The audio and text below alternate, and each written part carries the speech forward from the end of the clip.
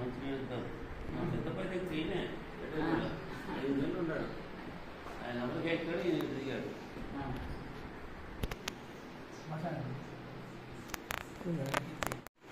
Sir నమస్కారం అండి. అలేవండి జై నమస్తే పెట్టండి.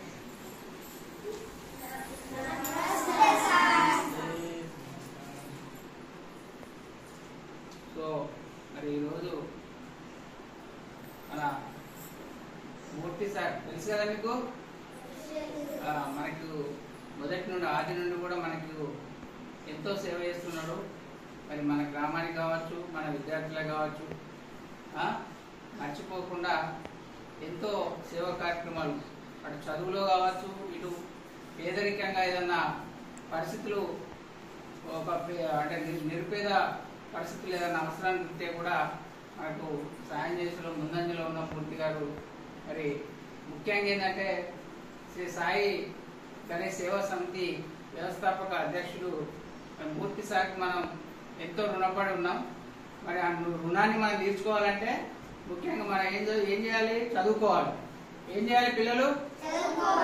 మరి ఆ చదువుకున్నప్పుడే ఆ చేసిన సేవకు సార్థకత ఉంటుంది. కాబట్టి మనం ఎందుకు ఇది అంతా మన బతుకుల్లో వెలుగులు నింపాలని, మన జీవితాల్లో మార్పు రావాలని మరి ఇంత గొప్ప సేవ చేస్తున్నాడు. మొదటి నుండి కూడా మనకి ఇప్పుడు కొత్తగా వచ్చింది కాదు, మొదటి నుండి కూడా ఒక ఇది మన దత్తత తీసుకున్నట్టు, మన గ్రామాన్ని దత్తత తీసుకున్నట్టుగా చాలా గొప్పగా ముందుకు వచ్చి మనం అడగకుండా కూడా స్వచ్ఛందంగా ముందుకు వచ్చి సేవ చేస్తుందంటే మన భవిష్యత్తు బాగుండాలని కోరుకుంటుంది. కాబట్టి మరి ఖచ్చితంగా ఏదైతే ఆయన కోరుకుంటుందో దాన్ని ఖచ్చితంగా మనం ప్రూవ్ చేయాలి.